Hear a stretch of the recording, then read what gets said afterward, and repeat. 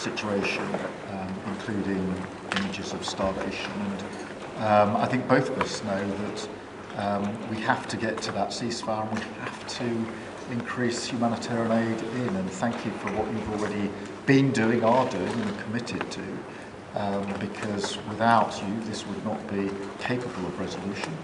And I think that if we can work not just on the pressing issues of the ceasefire, but also on this issue of getting humanitarian aid in at volume, at speed, and then we've discussed a plan for what then happens afterwards.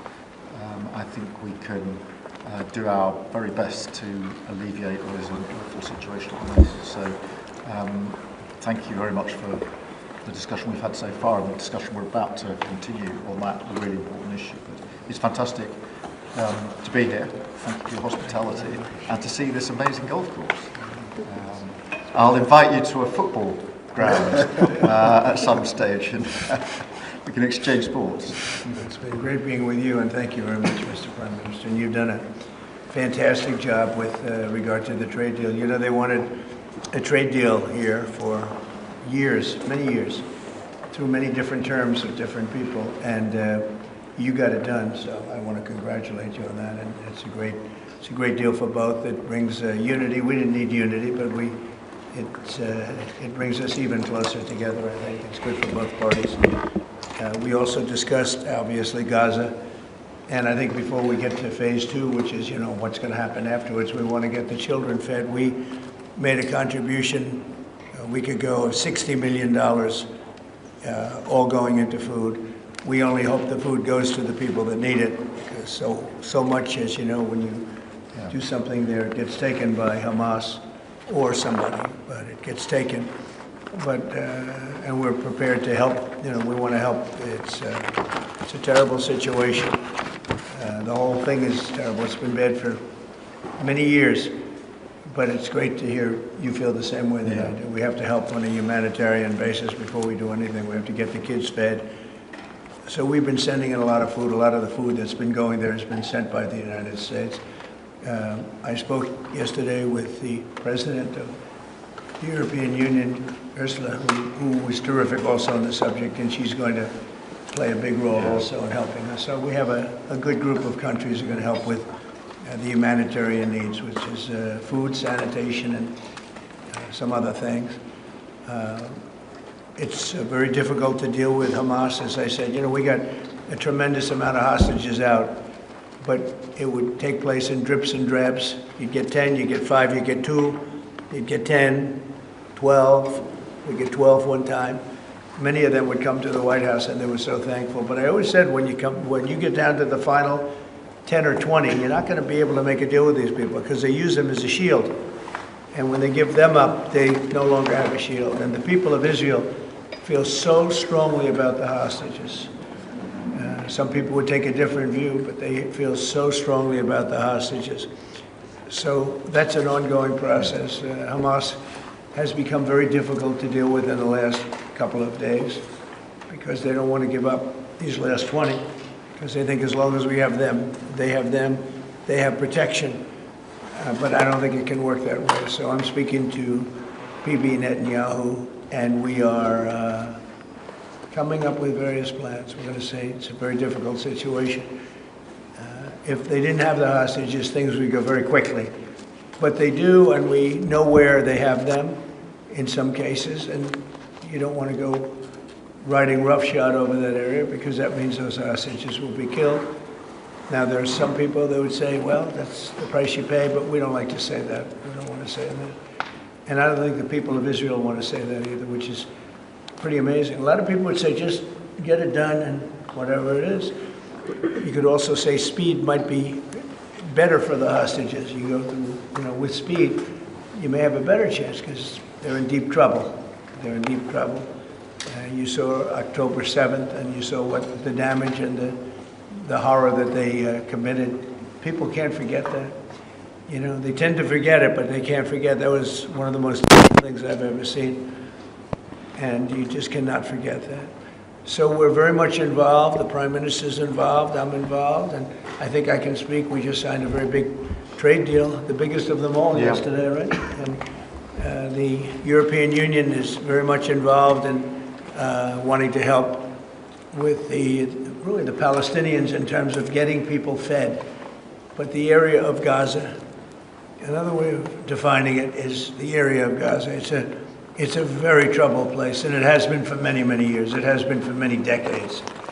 So it's not like this just happened. This has been going on for a long period of time. So that's it. Our hearts are in the right place. We have some good news because the recent war that you just saw, they just announced, I see, the newest of the 5, now this would be 6 that we've stopped. I've stopped 6 wars in the last, I'm averaging about a war a month, but the last 3 were very close together. India and Pakistan and a lot of them. Congo was just, and Rwanda was just done. But you probably know, I won't go into it very much because I don't know the final numbers yet. I don't know. Numerous people were killed, and I was dealing with 2 countries that we get along with very well, very different countries from certain standpoints. They've been fighting for 500 years, intermittently, and we solved that war. You probably saw it just came out over the wire, so we solved it through trade. I said, I don't want to trade with anybody that's killing each other, so we just got that one solved. And I'm going to call the 2 prime ministers who I got along with very, very well and speak to them right after this meeting and congratulate them. But it was an honor to be involved, and that was going to be a very nasty war. Those wars have been very, very nasty. So we've done a lot of good work. We've had great support from the Prime Minister. Anytime we needed help, anytime we needed any form of support, you've been there. We appreciate it very much. And we're going to continue onward. We do have to take care of the humanitarian needs on what they used to call the Gaza Strip. You don't hear that line too much anymore. You don't hear the Gaza Strip. But it is the Gaza Strip. And it's amazing that it's not being handled a little bit differently. We're going to set up food centers, and we're going to do it in conjunction with some very good people, and we're going to supply funds. And we just took in trillions of dollars. We got a lot of money, and we're going to spend a little money on some food. And other nations are joining us. I know your nation's joining us, and we have all of the European nations joining us, and others also have called, and they want to be helpful. So we're going to set up food centers and where the people can walk in and no boundaries. We're not going to have fences, and they can't. They see the food from 30 you would say yards away, and they see the food. It's all there, but nobody's at it because they have fences set up that nobody can even get it. It's crazy what's going on over there. So we're going to work very closely together with your country, a great country. We also discussed inside that we are, there's a whole new thing happening with regard to energy from nuclear. Yeah. And the Prime Minister's looking at that very strongly, and I know you have Rolls-Royce nuclear plants. That sounds pretty good, right? I love that. What a great brand that is. But you're also doing the Rolls-Royce or the nuclear plants, the smaller plants. We're doing smaller and bigger, but the small is interesting. They do a small plant, very easy, very safe, and as they need more, they hook up another plant, and they have a series of plants instead of, doing the $20 billion plant. That gets tough for a lot of people to do. So we're just studying that, and it sounds like you're very far progressed, but that's a great thing you're doing on nuclear. We opened up nuclear about 2 months ago, and it's now safe and very inexpensive. No, we see civil nuclear as a big part of the future as we go to sustainable, independent energy, and I think that between the 2 of us we can work very much more closely on this, and we've agreed that that's our ambition, our aspiration, and this is going to be a big part of the future when it comes to energy. And you can see in the last few years, energy has been weaponised, prices have dictated both families and businesses across the United Kingdom, and therefore taking control of energy is a huge prize. So the more we can work together on this, the better, and small modular reactors are a very big part of the future here, and we've got great companies like Rolls-Royce involved in that. So I'm very much looking forward to working together with you, Good. Mr. We'll President. do that. We'll do that. We're going up to your oil capital in a little while. We're going up to Aberdeen. That's called the oil capital of Europe. And that's a great asset that you have up there someday. If they ever change their thinking on that, you have a great and valuable asset. There's a lot of valuable resources underground there. But that's a decision for you to make. But it's a very amazing place, and it is considered the oil capital of Europe. So it's another option that you have. So we are doing really well as a country, and I think that the Prime Minister he's been so supportive of us, and so strong and so respected, and I respect him much more today than I did before, because I just met his wife and family. He's got a perfect wife and family, and that's never easy to achieve, right? But I take no credit for that. But he's become a friend, and together we got a deal done that has not been able to be done. It was a deal that's very good for both parties. A really good deal for both of our countries, and very, very well received here in the United Kingdom. So thank you very much for having us. Thank you. Appreciate it. Mr. President, I just want to follow up on Russia. Earlier you said that you were going to change the deadline from 50 days. So what is your new deadline? What can I'm we going expect? to make a new deadline of about 10 or 12 days from today. There's no reason in waiting. There's no reason in waiting. It's 50 days. I want to be generous, but we just don't see any progress being made. Mr. President, on Gaza, you just talked about setting up food centres in conjunction with other organisations. Right. You're talking about the Gaza Humanitarian Foundation or recognised aid agencies. How will this work? Well, it's going to be working with the United States. We'll be helping with the food. You know, we have a lot of access to food. We got a lot of food ourselves, and we're going to bring it up to make sure that they don't have barriers stopping people. You know, you've seen the areas where they actually have food, and the people are screaming for the food, and they're 35, 40 yards away, and they won't let them because they have lines that are set up. And whether they're set up by Hamas or whoever, but they're very strict lines, so we have to get rid of those lines. But we're going to be getting some good, strong food. We can save a lot of people. I mean, some of those kids that's real starvation stuff. I see it. And you can't fake that. So we're going to be even more involved. We did some airlifts before, some airdrops, and the people are running for it.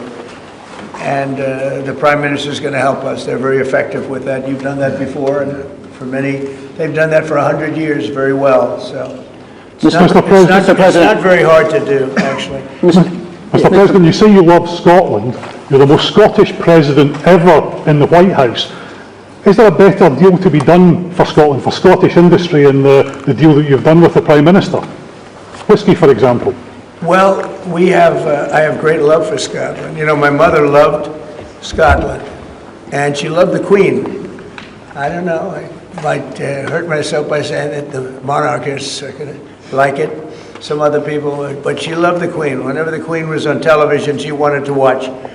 And she would come back religiously. She'd come back to Scotland once a year with my sister Marion, primarily, and sometimes my sister Elizabeth also. But they love this part of the world. And, you know, we're talking about the Isle of Lewis. We're talking about serious Scotland. That's serious Scotland. There was no doubt about it. So, yeah, it gives me a feeling, you know, it's different. You go to another country, you have no relationship to it. You got to like maybe the head of the country or something. But it's different when your mother was born here, Stornoway. Right in Stornoway, a beautiful little place. So is there a better deal to be done? Is there a better deal to be done for Scotland, for whisky, for example? Because of your love of Scotland, is there a better trade deal to be done for Scottish businesses like whisky? Well, I assume when we do our trade deal overall, a lot of it comes to Scotland, I hope. Maybe all of it should go to Scotland. It's a very good deal for the whole United Kingdom, and we've already achieved great things out of the deal, and we'll achieve even more as we work together. A lot of it is going to Scotland. I mean, I do know that, but I mean, we're dealing with the UK, but a lot of it comes to Scotland. And you know, I was very particular. This is a part of the world I want to see thrive, It's going to thrive. Mr. President, back to Gaza. You talk about Hamas stealing food and stealing aid. What responsibility does Israel have for limiting aid to the region? And if I could ask a follow-up to the Prime Minister, what pressure can be put on Israel, and is that something that you and the United States could work on together? Israel has a lot of responsibility. They're hampered by the fact that you still have 20 hostages or so. And the people of Israel are very concerned about the 20 hostages. It's very interesting. You could say they could be more concerned about retribution than the 20 hostages, but they really want the 20 hostages to survive and live to make it. You know, many of the hostages came to my office in the Oval Office, and I was amazed by, I would ask them the question, was there any sign of love? Was there any sign of, when you were a hostage and you have all of these people from Hamas around you, sometimes hundreds, sometimes 10, sometimes 2, but you're a hostage and you're being stored in a pipe. It's not even really, a cave, or it's a pipe, a little pipe. And some said they didn't think they were going to make it because they were losing air, there wasn't enough air, and they'd open up the pipe just in time, but they didn't do it on purpose, they just happened to open it, they got lucky. But I said, did they ever wink at you and say, like, don't worry, you're going to be okay? Did they ever give you some extra food, even if it was a piece of bread? Did they ever give you anything during that time? And some were there for 400 or 500 days now, right? That's a long time, a year and a half, more than that. And not one person said there was any love from anybody. You know, in other words, you have hundreds of people, and you see it in the movies where somebody's a prisoner and somebody's helping. You even see it with Germany, where people would be let into a house and live in an attic in secret. You know, you see signs of stuff. I said, did you see anything like, did they wink at you? Did they say, don't worry, you're going to be okay? I ask that question all the time.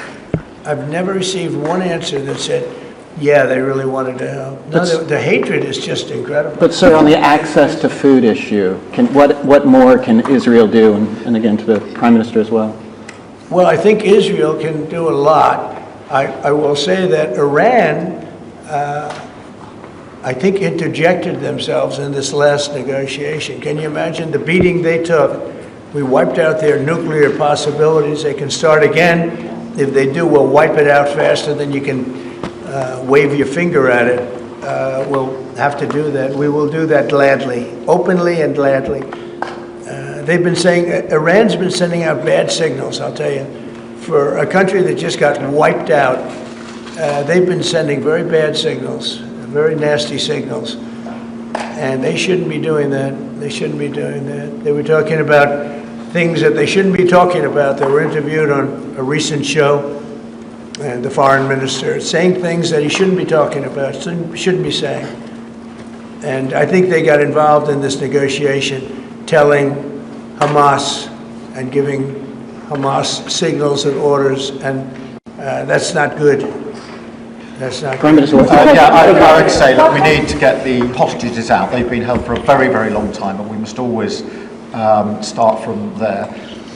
But also recognise the situation on the ground in Gaza is absolutely intolerable, and I think that certainly speaking for the British public and myself, those images of starving children in particular are revolting, and there's a sense of revulsion in the British public at what they're seeing, and they know, and we know, that humanitarian aid needs to get in at speed, at volume. Yes, some can be airdropped, and we're working with others, with the US, with Jordan on that, but the trucks need to get in, because that's the only way you can get the volume in, and we do thank the President for the work he's done to try to get to a ceasefire, which we desperately need, but also to put aid in to the region. There needs to be much more of that. We need to galvanise other countries in support of getting that aid in. And yes, that does involve putting pressure on Israel, because it absolutely, this is a humanitarian catastrophe now. We also need to look beyond that situation to what then happens in the event of a ceasefire, which is desperately needed. And that's why I'm really pleased that we're having a discussion about what a peace plan would look like after that, the component parts of that. And we have to be really clear at this point that Hamas can play absolutely no part in any future governance in Palestine, and and in Gaza. And it's really important that we're clear about what triggered this, who took the hostages, and pulling out Hamas for a terrorist organisation. But I think today the focus has to be on getting that humanitarian aid in. Mr. President. Will the UK avoid your pharmaceutical tariffs, and will it happen before August the 1st? Well, we'll be announcing on pharmaceuticals sometime in the very near future. We have a very big plan on pharmaceuticals. We want to bring a lot of the pharmaceuticals back to America where they should be.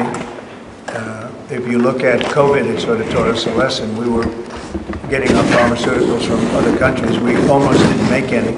We used to make them ourselves, and we're going to want to be making a lot of them ourselves, all of them in a sense. But you also have a good pharmaceutical business. We'll be dealing with you on pharmaceuticals also. And we certainly feel a lot better with your country working on pharmaceuticals for America than some of the other countries that were. With the relationship we have, you would not use that as a cudgel. You wouldn't be using it as a block. But we're going to be announcing sometime very soon, I think, pharmaceuticals are our whole thing. And the companies know. And drug prices are going to be coming down very substantially in the U.S., very, very substantially. And that'll happen very soon.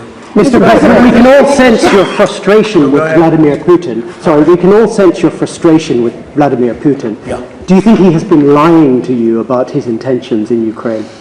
Well, I don't want to use the word lying. All I know is we'd have a good talk, and it seemed on, let's say, 3 occasions, it seemed that we were going to have a ceasefire and maybe peace, and you divide it up and you do whatever you have to do, that obviously to get to the end. And all of a sudden, missiles are flying into Kiev and other places. And I say, what's that all about? I spoke to him 3-4 hours ago, and it looked like we were on our way, and then I'd say, forget it, and I'm not going to talk anymore. You know, this has happened on too many occasions, and I don't like it. I don't like it. Mr. President, you have a successful social media site. There are new powers here to censor your site, state-mandated powers. To censor my site? To censor your site and Twitter Truth? and Facebook. Truth? I mean Truth. Is that okay? Well, I don't think he's going to censor my site because I say only good things. Will you please uncensor my site? Yeah, we're not censoring anyone. We've got some measures which are there to protect children, in particular from sites like suicide sites. We've had too many cases in the United Kingdom of young children taking their own lives, and when you look through their social media, they've been accessing sites which talk about suicide and encouraging, if you like, children down that road, and that is what we want to stop. There's nothing about censoring free speech. But that treats all adults like this children. This country is the proud. But that can treat all adults free like speech children. in this country has been for a very long time. We're very, very proud of it. We will protect it forever. But at the same time, I personally feel very strongly that we should protect our young teenagers, and that's what it usually is, from things like suicide sites. I don't see that as a free speech issue. I see that as a child protection issue. We actually passed a bill in Congress, headed up by my wife, actually, which was to pull bad stuff out having to do with children, because it is a problem. But I cannot imagine him censoring Truth Social. That's more of a very political, and it's been a very big success. It's not going to happen. And I only say good things about him and his country, so if they censor me, you're making a mistake. I'm going to give my ambassador the job, make sure it's not censored. I had not heard that. Mr. President, question about golf? You're a big investor in this area, Mr. President. Say it? You're a big investor in this area of Scotland. To put it mildly. To put it mildly. Like this ballroom that we built from scratch. Do you worry, though, about the risk of increased taxes here? Will that stop you investing? And do you have a message last night on the soccer to the English Lionesses who won the European trophy? So I think that I have a theory that low taxes bring growth. We just passed a big tax cut bill, the biggest bill in the history of our country, actually. And one big, beautiful bill. I used to call it the Great One Big Beautiful. We got the word great out. But it's actually called the One Big Beautiful Bill. It's essentially a very large tax cut bill for everybody. And our country's pretty soon, I think I can say it right now, our country's never done better. we had a country that was dead. It was dead 6 months ago, a year ago. Leaders from NATO, we had a very successful meeting at NATO. Your prime minister was there. It was an unbelievable love fest with all of those countries, and they agreed to go 5% and all the things. Very smart to do. But many of the leaders said, essentially, they said, your country was dead 1 year ago. 1 year ago, we had a dead, and we did. We had a dead country. We had a president who didn't know where the hell he was. We had horrible, horrible people running our country. I think they were sick people, actually, sick. You talk about censorship, those are big, that's all they did was censor, and they didn't know what to do. And they had high taxes. They wanted more tax, total censorship, transgender for everybody, men playing in women's sports, everything bad they wanted, and they still do. That's what they still do. That's why they're down at 15% or something, I saw it today, the lowest that the other part of the Democrats have ever been. But no, I find that when you lower taxes, you get growth. I will say this area, the Prime Minister hasn't been here very long, on all fairness. I think he'll be a tax cutter. But I find that as we cut taxes, we did more business. In my first tax bill, we cut taxes from 39% down to 22%. And we ended up at the end of the first year, when it was still a little raw, we ended up taking in much more revenue than we did at 39%. It was pretty amazing. And we're taking in a lot of revenue right now, and this was an additional tax cut. So I find, for whatever it's worth, tax cuts are very good. Mr. President, you moved up the deadline. It's now 10 or 12 days. Is the sanction the same, that you're going to slap 100% tariff on anybody who does business with Russia? So what I'm doing is we're going to do secondary sanctions, unless we make a deal. And we might make a deal. I don't know. You don't know. It's we've done so many peace deals. This is the one I started out with, and I know President Putin called me. He wanted to know if I could help him with Iran. I said, no, I don't need your help with Iran. I need your help with Russia.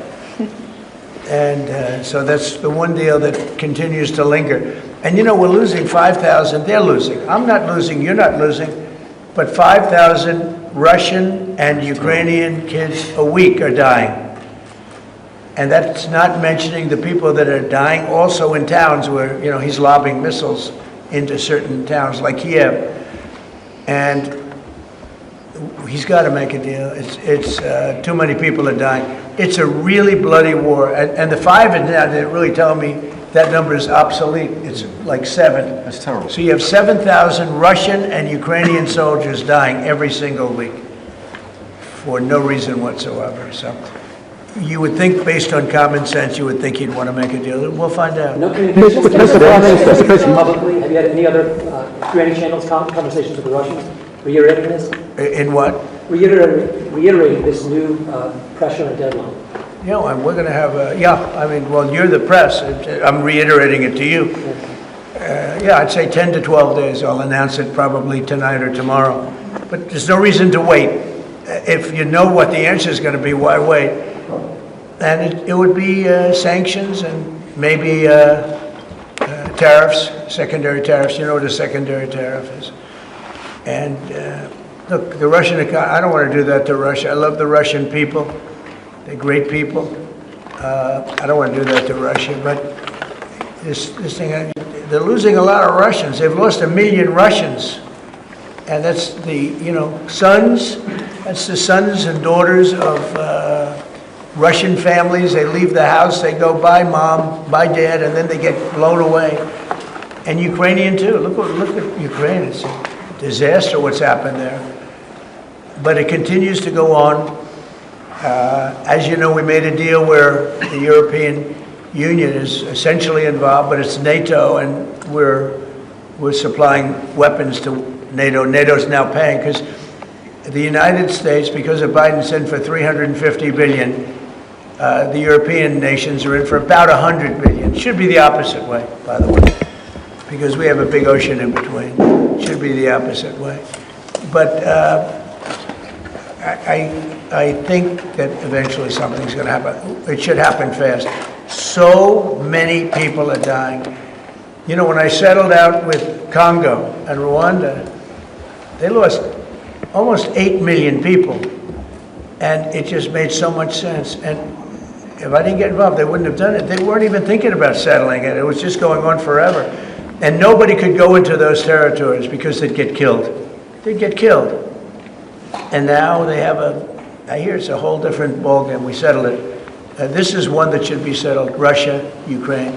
This is one that really should be settled. Mr. President, on Scotland, Mr. President, Scotland's First Minister has today set out his plans for a second referendum on Scottish independence. Can I get your reaction to that as someone with deep ties to Scotland? And, sorry, Mr. Prime Minister, can I also get your thoughts on that? If the SNP do win a majority at next year's election, then they have the right to hold a referendum, do they not?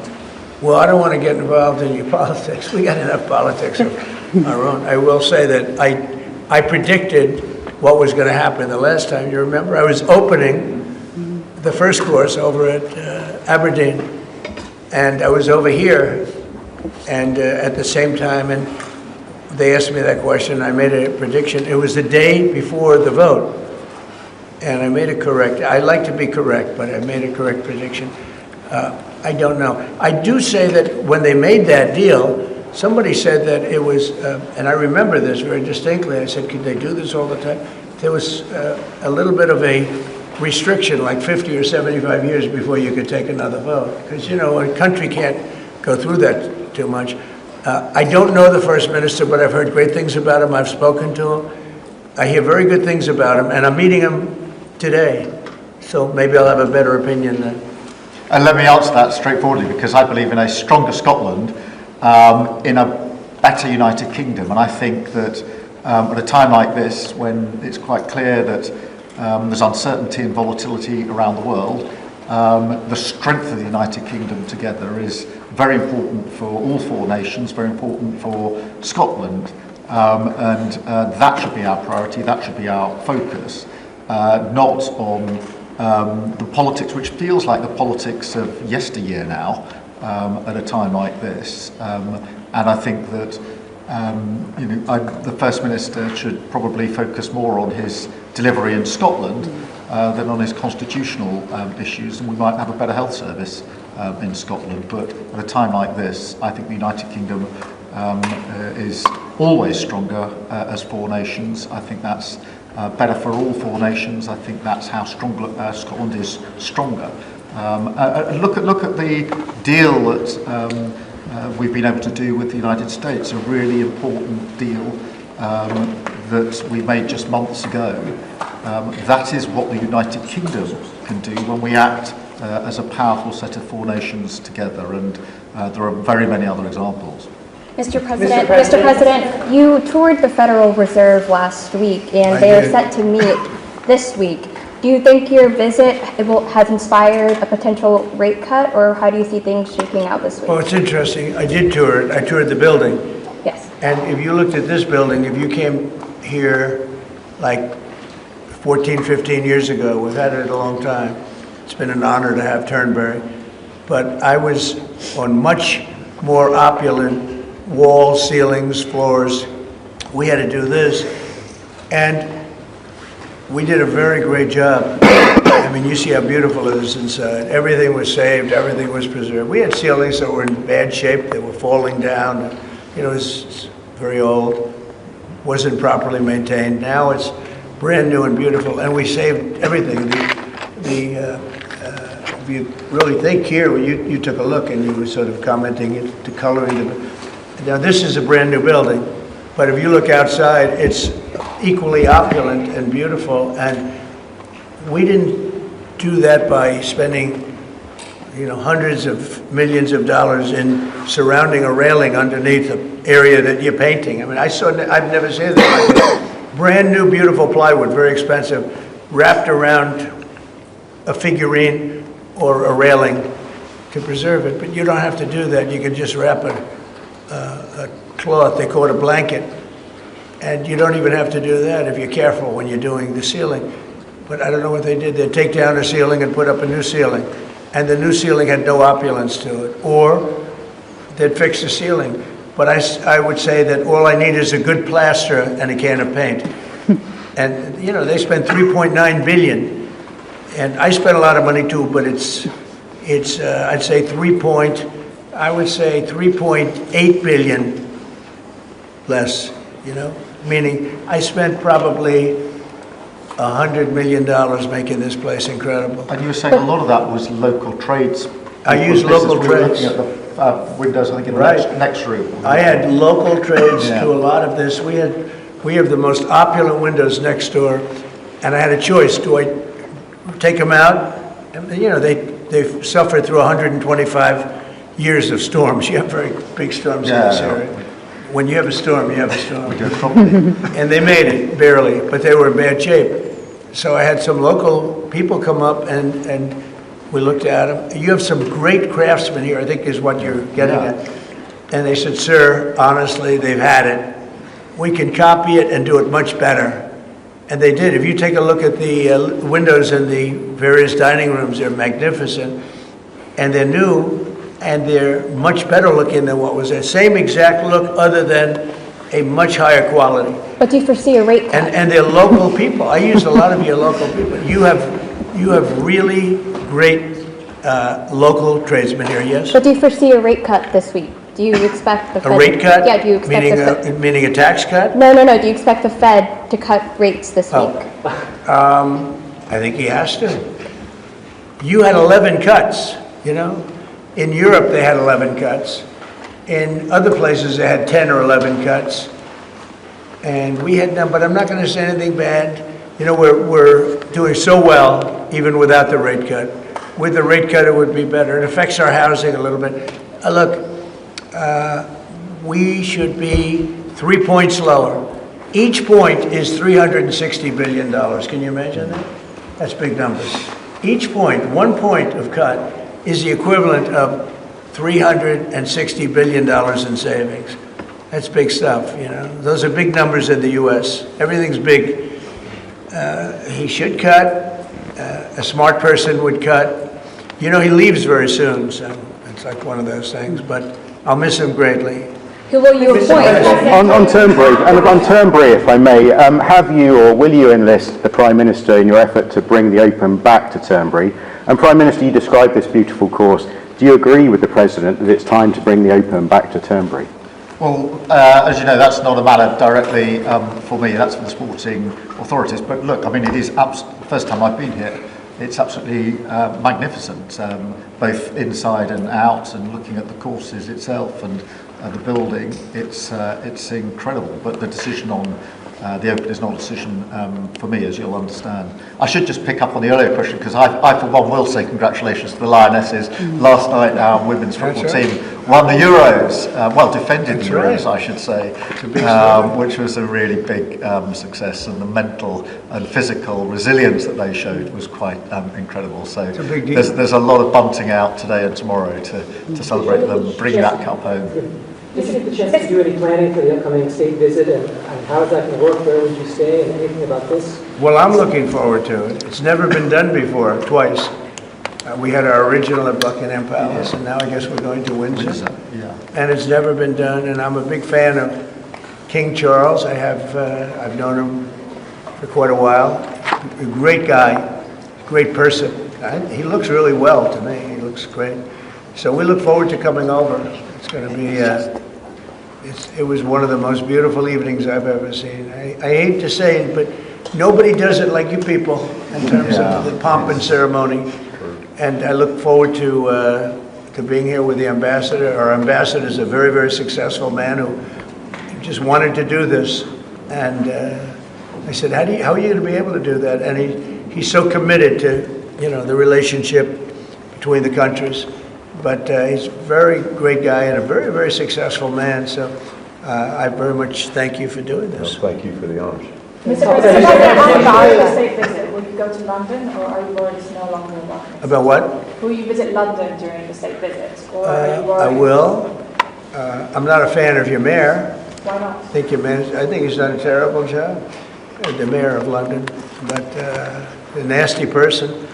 Are you worried? I think he's a friend of mine. No, I think he's done a terrible job.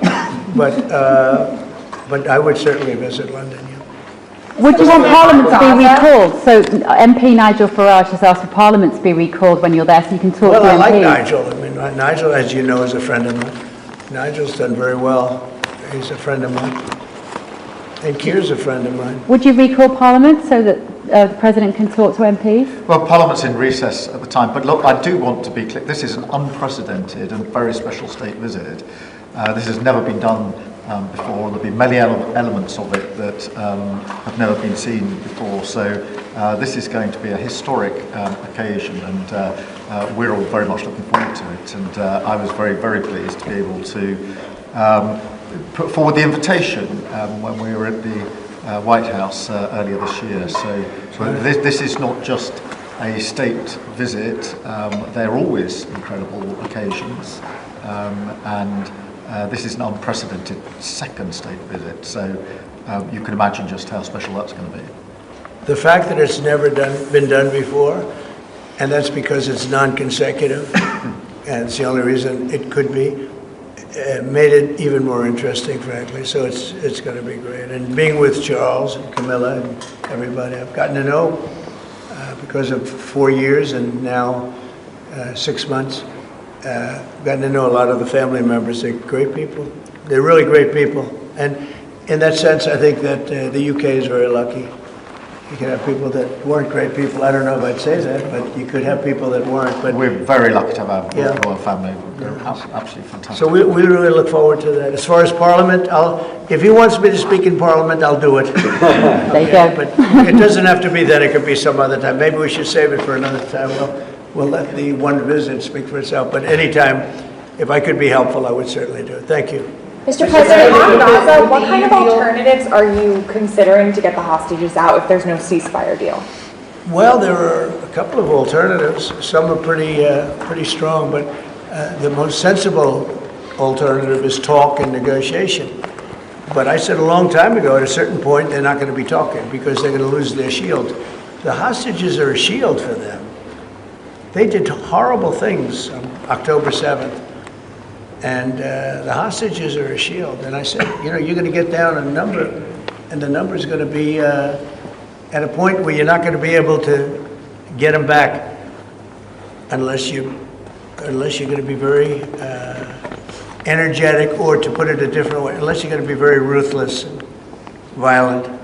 It's a bad situation to be in, very bad. Mr. President, back to Russia. You talked during the campaign about President Putin respecting you and that helping you have a relationship with him. Do you still feel that way, that he respects for you, considering the conversations you've had that have been really nice, or is he being disrespectful? I've always gotten along with President Putin. I've had a great relationship with him. And he went through the Russia hoax too. It was, we used to talk about it. We used to say, it's too bad we really can't do anything between our country, because if we did, they'd say, it's, some... Look, I was tough on Putin because I was the one that closed up Nord Stream, and Biden came along and opened it up. I was very tough on Putin in one way, but we got along very well. And I never really thought this would happen. I thought we'd be able to negotiate something, and maybe that'll still happen, but it's very late down the process. So I'm disappointed. And the funny thing is that their economy isn't that big, and it's having a hard time right now, but it's a relatively small economy, strong military, but strong economy. And it used to be a strong economy, now it's not. He's going through a lot economically. It's not easy, but it's pretty small, compared to that magnificent size of that land. The land is massive. It's got, I guess, 9 time zones or something. It's a massive piece of land.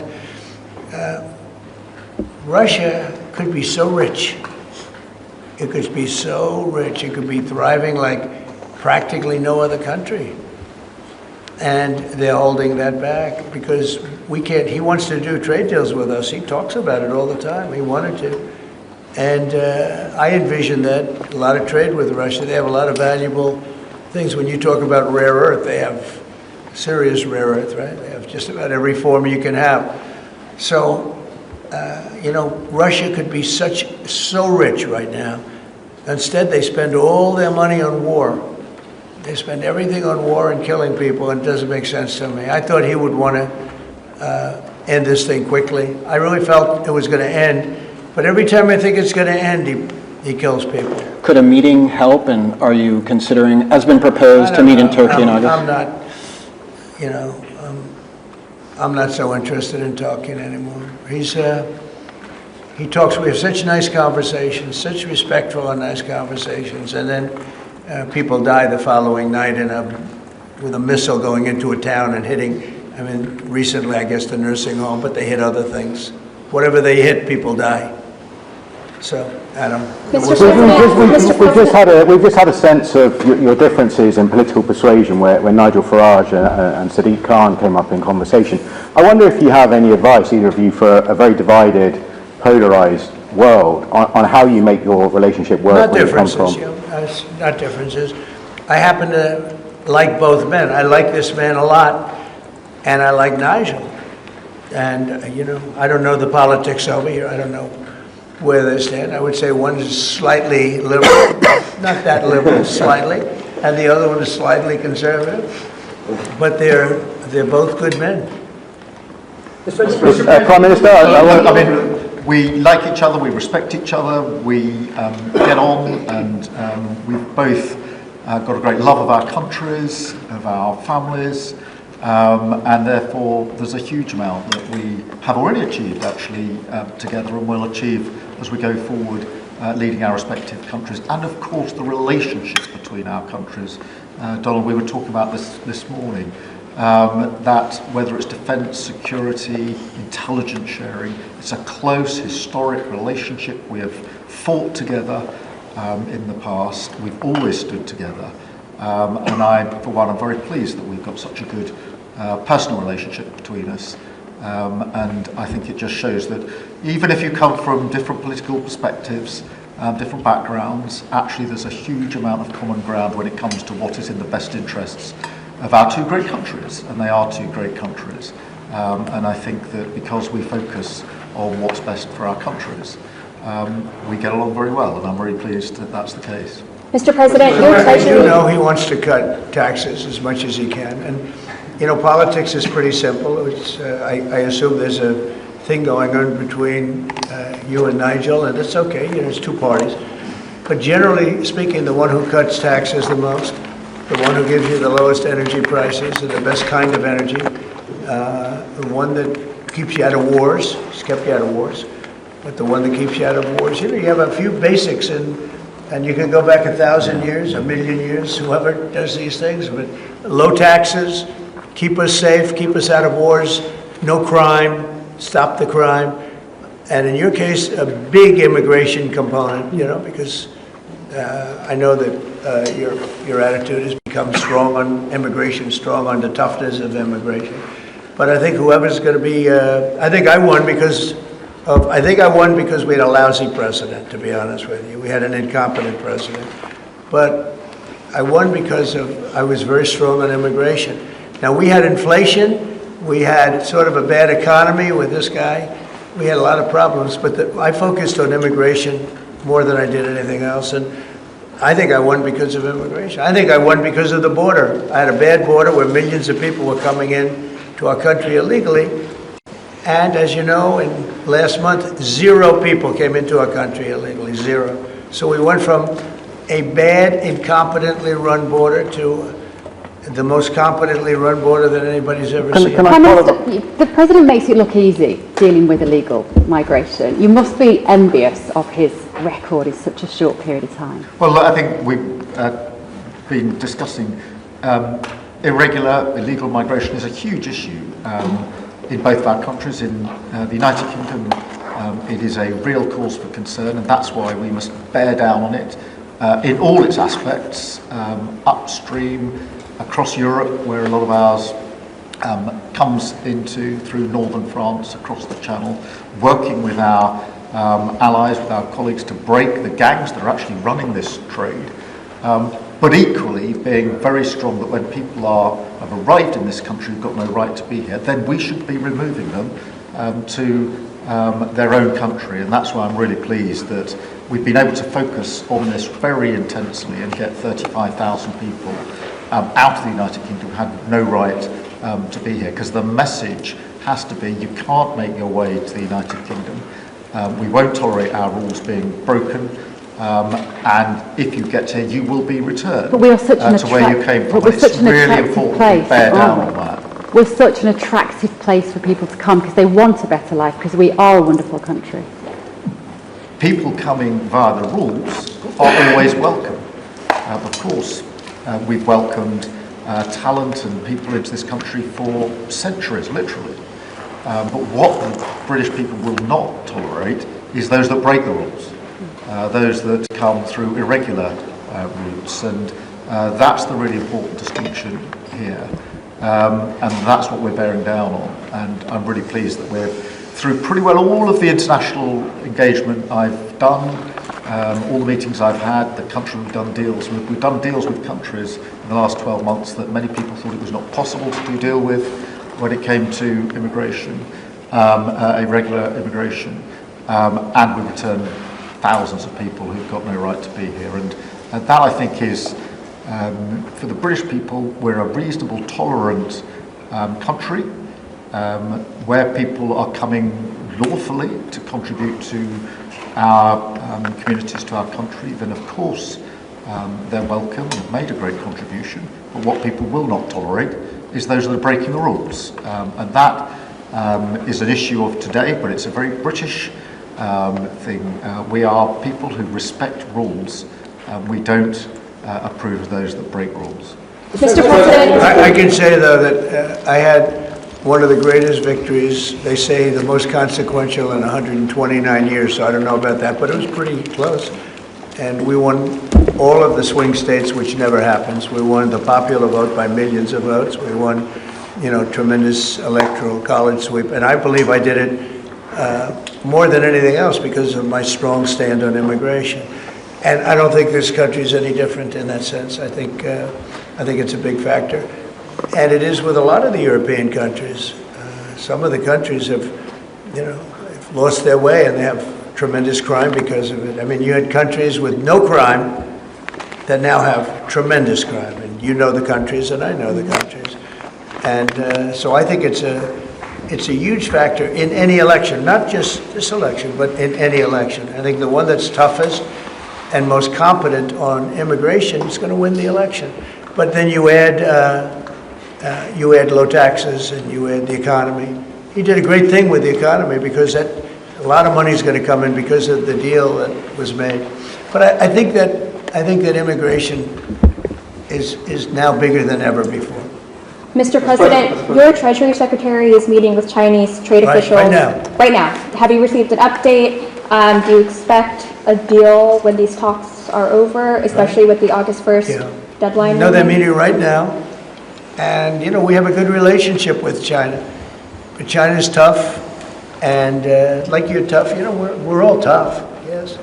But we're going to see what happens. We just concluded our deal with Japan. It was very good for everybody. We're making, great deals. We're making deals that are good for us, but we want them to be good for everybody. It's important. It's sometimes I'll do something that I shouldn't do because it's not very important for our country, but it's very meaningful for the country on the other side. And I'll let them have that point because it's very important for them. So I don't know, but we've made a lot of deals in the last couple of months. And then ultimately, as you might as well know, we're going to because we have, you have 200 countries, more, but people don't know that. You got a lot of countries. And I wouldn't want to sit down with 200 people and have to deal the way he was calling me all the time. We want this, we got to have that, These are tough negotiators. These are, look, they're smart people, they're tough negotiators. They know what they want. And, but we're going to be setting a tariff for essentially the rest of the world. And that's what they're going to pay if they want to do business in the United States. Because you can't sit down and make 200 deals. But we've made the big ones. We just finished Indonesia. They opened up their country. We just finished Japan. They opened up their country. Japan opened up the country. They were totally closed. They opened up to our cars, even to rice. Rice was a big deal. They would never take anybody else's rice. They'd take in rice. But they opened up their country. Philippines, we just finished. They opened up their country. They were very closed. I'd love to see China open up their country. We're dealing with China right now. Sorry? as we speak. Yeah, we're dealing with China right now. Right now. The deal you've got with the UK is better than the one with the European Union. Is that because you think Brexit was a good idea for this country? Well, look, we have a very special relationship with this country. Like, my mother was born here. And not only born here, loved it. She'd come back, I told you, religiously every year. And she'd go up to Stornoway and see her relatives. But she loved the country. Yeah, that probably it always has an impact. Always has an impact. But, Germany has a new leader, and I think he's terrific. I think you like him too. Yeah, I think he's terrific. My father was born in Germany. Or is Germany, his parents were just out. But, so, you have a lot of feeling for this part of the world. I do. I want to see this part of the world do well. Germany, Scotland, UK. I want this part of the world to do well. All of the nations. You do feel a certain. You have a warm feeling toward a part when your parents are born essentially here, and I think maybe it's slightly different. Maybe it's not. I don't know, but maybe it's slightly different. Mr. President, let's say you completely rule out a pardon for Ghislaine Maxwell when you landed. Is that something you would ever consider, and why? Pardon for who? For Ghislaine Maxwell.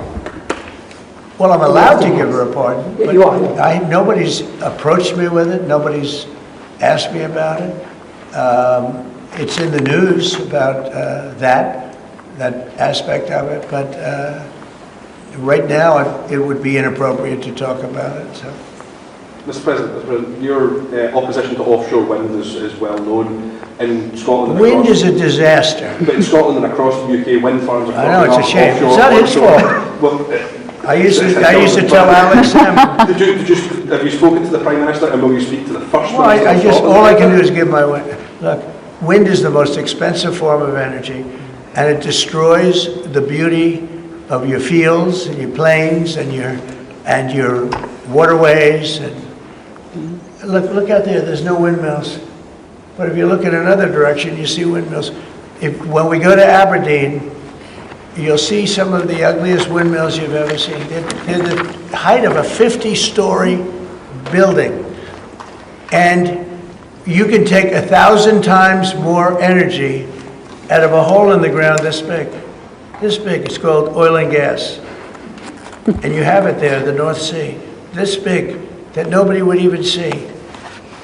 You can take 1,000 times more power. Because the wind is intermittent, it doesn't work, it's extremely expensive. All the windmills are made in China. They used to be Germany and China, now they're mostly in China. They all come out of China. They say that the blades, which are carbon fiber, you can't bury. Oh, okay, you can't bury. What are you going to do, dump them in the ocean someplace? Because they only last a certain period of time. And remember, a windmill has a life of 8 years, especially when they're out in the salty sea. And they start to rot and to rust. You have to replace them. It's very hard to replace them. Wind needs massive subsidy. And you are paying in Scotland and in UK and all over the place where they have them, massive subsidies to have these ugly monsters all over the place. So I've restricted windmills in the United States. Now, a couple, we have, the poor stupid people at the beginning, they approve them. So they have their full approvals. But I've restricted windmills in the United States because they also kill all your birds. They wipe out. It's interesting. If you shoot a bald eagle in the United States, they put you in jail for 5 years. And yet windmills knock out hundreds of them. They don't do anything. You explain that. So it's a very expensive energy. It's a very ugly energy. And we won't allow it in the United States. So we believe in a mix, and obviously oil and gas is going to be with us for a very long time, and that'll be part of the mix. But also wind, solar, increasingly nuclear, which is what we've been discussing this morning, civil nuclear as we go forward. The most important thing for the United Kingdom is that we have control of our energy, and we have energy independence and security, because at the moment, whatever the attributes and facilities in the North Sea, that is sold onto the international market, and we buy it back off the international market. That was a historic mistake in my view. But what we need is a mix so that we get the energy security that we need for the future, and that's the focus of everything that we're doing. But what we have discussed today is that the energy prices are too high, which is why we recently took measures to reduce the energy prices, particularly for energy-intensive businesses. But in the long run, the only way to reduce your energy prices is to take control of your energy, and that's what we're doing, taking control of our energy. Mr. President. Our King Charles, who you're a great friend of, is a big fan of eco-projects, of windmills, as you call them. Is he wrong? So King Charles is an environmentalist, I will tell you. And I say that in a positive way, not a negative way. And, every time I've met with him, he talked about the environment, how important it is. And I'm all for it. I think that's great. You know, King Charles, more than anything else, loves the country. But I got to know him very well. He truly is an environmentalist. He wants clean air, clean water, you know, all of the things that we all want. Mr. President, you have said that you have not been briefed on the Epstein files, or your name has not appeared in the Epstein files. But doesn't the AG have to tell you if your name is in the files? Well, I haven't been overly interested in it. You know, it's a hoax that's been built up way beyond proportion. I can say this, those files were run by the worst scum on earth. They were run by Comey, they were run by Garland, they were run by Biden and all of the people that actually ran the government, including the auto pen. Those files were run for 4 years by those people. If they had anything, I assume they would have released it. The whole thing is a hoax. They ran the files. I was running against somebody that ran the files. If they had something, they would have released. Now, they can easily put something in the files that's a phony. Like, as an example, Christopher Steele, a person you know well, happens to be from your country. But Christopher Steele, as an example, wrote a book, a dossier. We call it the fake news dossier. And the whole thing was a fake. The whole thing was a fake. They can put things in the file that are fake. But those files were run by bad, sick people. If they had anything, why didn't they use it when I was killing Joe and then he gave out because he was 25 points down? And then I got somebody new. Nobody even knew anything about it. She was a horrible vice president. She was a border czar, but she never went to the border. She never once called a border patrol agent to find out how we do, but she was the border czar. Her name was Kamala. Nobody knows her last name. It was Harris, but nobody knew her last name. So I ended up, how would you like to end up in a race where you're killing somebody, you're beating him, and then they say, all right, we'll take him out. He's not working. Let's put somebody else. And then she had a 6-week honeymoon. It was amazing. They predicted she would have a 6-week honeymoon, and she did.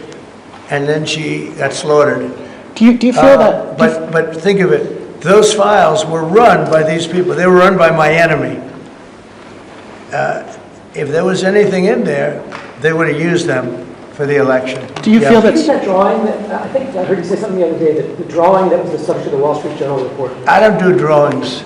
I'm not a drawing person. Do you think it was fraudulent? I don't do drawings. Sometimes people say, would you draw a building and I'll draw 4 lines and a little roof, you know, for a charity, so. But I'm not a drawing person. I don't do drawings of women, that I can tell you. They say there's a drawing of a woman, and I don't do drawings of women. And also, you know, Epstein was always a very controversial guy. I was at a very high position, you know, pretty much all my life, in all fairness. I've been doing this for a long time. I had the top show on television. I had the #1 bestsellers. I had everything, right? And I was a very successful business guy. He was a very controversial. Who would do a controversial drawing? Now, with that being said, they say there were many letters done by many people, and many big people, you know, big successful people. But I just don't. When you talk about files, I just keep going back, and other people too. Even the enemy says this thing is not correct, because if we had it, we would have used it on the guy. It's a bad issue. They say it's a good issue for Trump. Do you know that my poll numbers are up 4.5 points since this ridiculous Epstein stuff? My poll numbers have gone up 4.5 points because people don't buy it. Okay, people don't buy it. And he's gone, and we want to focus on trade deals. I want to focus on the deal we just made with the European Union, which is the biggest trade deal in history. It's the biggest deal, I think, in history, not just trade deal. So if they would have had something, they would have used it. And people keep running stories at the time you threw him out of Mar-a-Lago. Can you settle that? What was it about? What caused the breach with him? That's such old history.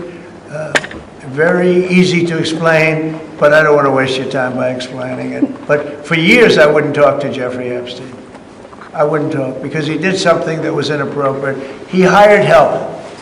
And I said, don't ever do that again. He stole people that worked for me. I said, don't ever do that again. He did it again. And I threw him out of the place, persona non grata. I threw him out. And that was it. I'm glad I did, if you want to know the truth. Mr. President, and by the way, I never went to the island, and Bill Clinton went there supposedly 28 times. I never went to the island, but Larry Summers, I hear, went there. He was the head of Harvard. And many other people that are very big people. Nobody ever talks about them. I never had the privilege of going to his island. And I did turn it down, but a lot of people in Palm Beach were invited to his island. In one of my very good moments, I turned it down. I didn't want to go to his island. Yeah. Mr. President, on Gaza, next time you speak to Netanyahu, what will you be asking him to do? Say it one louder. Next time you speak to Netanyahu, what will you ask him to do? Well, I'm going to say, look, we're giving money and we're giving food, but we're over here and we're over in the United States, and I think I can speak for the Prime Minister. We're giving money and things. He's got to sort of like run it. What should he do? Well, I want them to make sure they get the food. I want to make sure they get the food, every ounce of food. I think you want to say absolutely. It's an absolute point. Because that food isn't being delivered. Mr. President, or at least all of it. You said you were going to set essentially a tariff for the rest of the world. For the world. What percent will that tariff be? I would say it'll be somewhere in the 15 to 20% range. So maybe 15 or 20 or? No, I said, you know, I sort of know. I just want to be nice. I would say in the range of 15 to 20%. Is there an offer you might operate to UK steel? Probably one of those two numbers. It's an offer for UK and steel aluminium makers here are worried about tariffs. Will you do anything to help them here? Aluminum? And steel. You're a pretty big aluminum maker. Yeah, that's already covered in the deal that we've agreed. So we're just doing the implementation of that. But Mr. President, when will that come down from 25% to 0? You mean on the overall, on the world? On steel and aluminium from Britain, it's 25. Well, we're going to know pretty soon. We're going to have it pretty soon. Mr. President, on Canada... You have no idea that these people are tough negotiators, okay? But we're a big buyer of steel, but we're going to make our own steel, and we're going to make our own aluminum for the most part. But we buy a lot of aluminum from right here, and a lot of steel, too. Yeah. We have a lot of unhappy. We have a lot of unhappy. Who are you with? Because you're asking such nice questions. Sorry, GB News. Bev Turner from GB News. Very good. We have a lot of unhappy farmers in this country at the moment, and I'm sure the Prime Minister won't thank me for raising this. We've had changes to inheritance tax, which mean a lot of farmers feel they're going to lose their farms when they die or their father dies. How important are farmers to a country? You mean they're going to lose the farm because of estate taxes? Correct. So that when they die, they'll have to pay so much. They're cash poor, but they have great properties. I know. Well, they're cash poor. They're land rich and cash poor. A lot of people are. I've had that too. Sometimes I'm land rich and cash. Sometimes I'm cash rich and land poor. I like it both ways, but as they get older, I like the more conservative route. So I did something that I don't know if you can do, but it was great. I love our farmers. As you know, in our tax bill, we have a clause that's very important. We were losing a lot of farms to the banks because a loving mother and father would die and left their farm to their children or their child, but their children, their family. And they loved their family and they thought they were doing them a favor, but they had a 50% tax to pay. So the land would get valued and at a high number because some of the farms were valuable, but they didn't, you know, they couldn't quantify it. And they'd go out and borrow money to pay the estate tax or the death tax, as it's called. And they'd overextend and they'd lose the farm. And they'd commit suicide in many cases. We're seeing that. No. Our levels are nowhere near 50%. They're not 50%, but the dissatisfaction is real. We've just introduced where it's paid over many years, works out well, that's about good. an extra 2% a year over 10 years. So it's not at those levels by any stretch of the imagination. But the other thing that we've done, as you know, is make sure that we've got a pathway for farmers that actually increases their year-on-year income, which is the most important thing. And in all of the deals that we do, we ensure that our farmers are the central focus for much of it, particularly on the agriculture, including in the US deal, because I don't think we can go on for years saying that it's acceptable for farmers to have a year-on-year income which isn't sufficient. We've got to fix that problem. We can't simply live with that problem, so it's a very different situation. Well, we ended the estate tax. There is no estate tax on farmers. Maybe you could do the same. So when a parent leaves their farm, because again, a lot of these farms, they don't make a lot of money, but it's a way of life, and they love their way of life, and they love that dirt. That dirt is the most beautiful thing they've ever seen. They love it. I mean, they're farmers. They love doing it. They don't know how to do anything else, but they don't want to do anything else. I speak to farmers. I say, would you like to live in my penthouse in Manhattan? It's the most beautiful. No, sir, I want this farm. And what happens is, I mean, we were losing a lot of people to suicide. They'd borrow money to pay the estate tax, and they were not able to pay it. And some banks are ruthless; they wouldn't do anything, and they would end up committing suicide.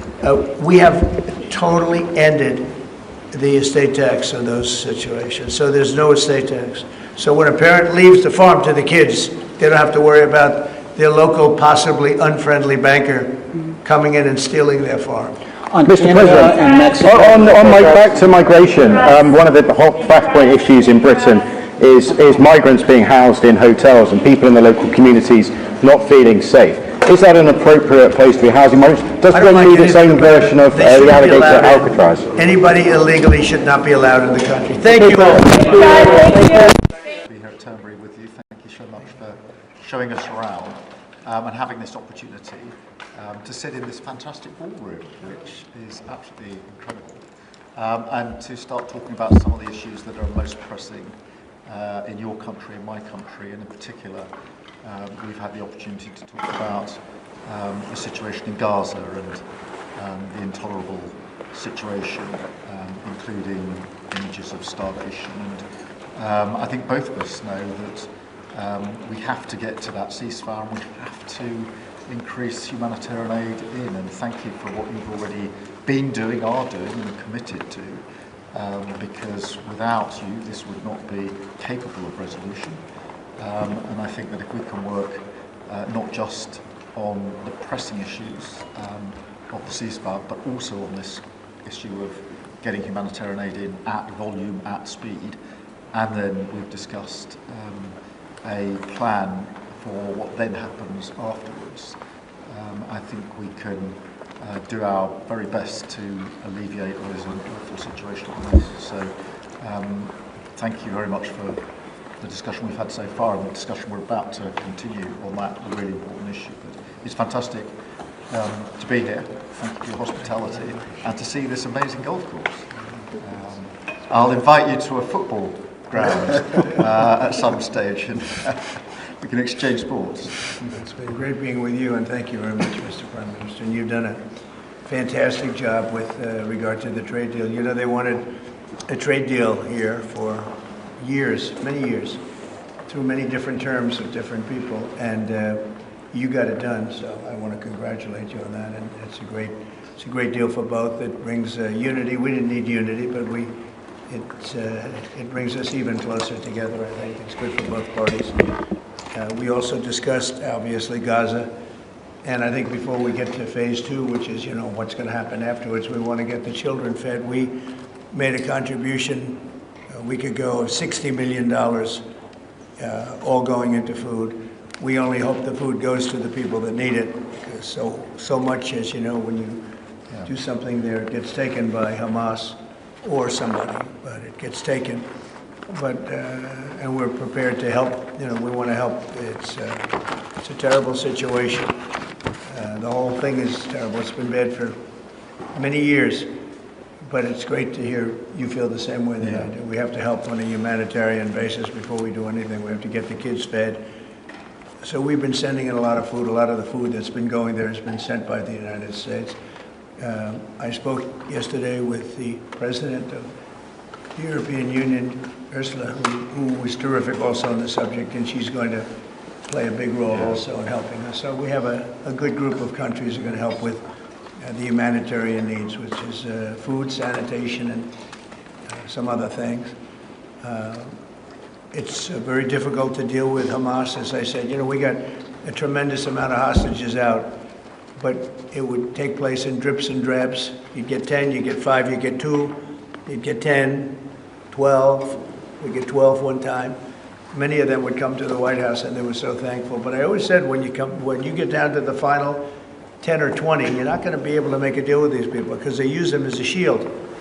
And when they give them up, they no longer have a shield. And the people of Israel feel so strongly about the hostages.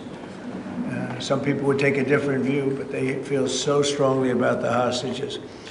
So that's an ongoing process. Hamas has become very difficult to deal with in the last couple of days because they don't want to give up these last 20 because they think as long as we have them, they have protection. But I don't think it can work that way. So I'm speaking to Bibi Netanyahu, and we are coming up with various plans. We're going to say it's a very difficult situation. If they didn't have the hostages, things would go very quickly. But they do, and we know where they have them in some cases, and you don't want to go riding roughshod over that area because that means those hostages will be killed. Now, there are some people that would say, well, that's the price you pay, but we don't like to say that. We don't want to say that. And I don't think the people of Israel want to say that either, which is pretty amazing. A lot of people would say, just get it done and whatever it is. You could also say speed might be better for the hostages. You go through, with speed, you may have a better chance because they're in deep trouble. They're in deep trouble. You saw October 7th, and you saw what the damage and the horror that they committed. People can't forget that.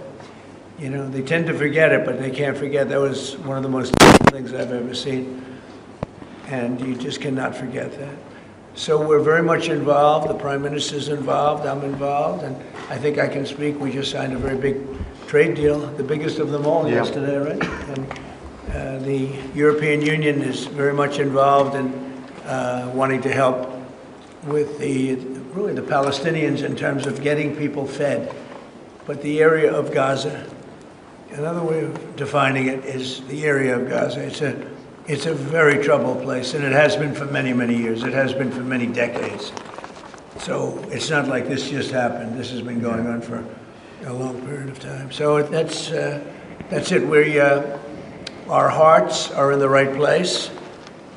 We have some good news because the recent war that you just saw, they just announced, I see, the newest of the 5, now this would be 6 that we've stopped. I've stopped 6 wars in the last, I'm averaging about a war a month. But the last 3 were very close together. India and Pakistan and a lot of them. Congo was just, and Rwanda was just done. But you probably know, I won't go into it very much because I don't know the final numbers yet. I don't know. Numerous people were killed, and I was dealing with 2 countries that we get along with very well, very different countries from certain standpoints. They've been fighting for 500 years, intermittently, and we solved that war. You probably saw it just came out over the wire, so we solved it through trade. I said, I don't want to trade with anybody that's killing each other, so we just got that one solved. And I'm going to call the 2 prime ministers who I got along with very, very well and speak to them right after this meeting and congratulate them. But it was an honor to be involved, and that was going to be a very nasty war. Those wars have been very, very nasty. So we've done a lot of good work. We've had great support from the Prime Minister. Anytime we needed help, anytime we needed any form of support, you've been there. We appreciate it very much. And we're going to continue onward. We do have to take care of the humanitarian needs at what they used to call the Gaza Strip. You don't hear that line too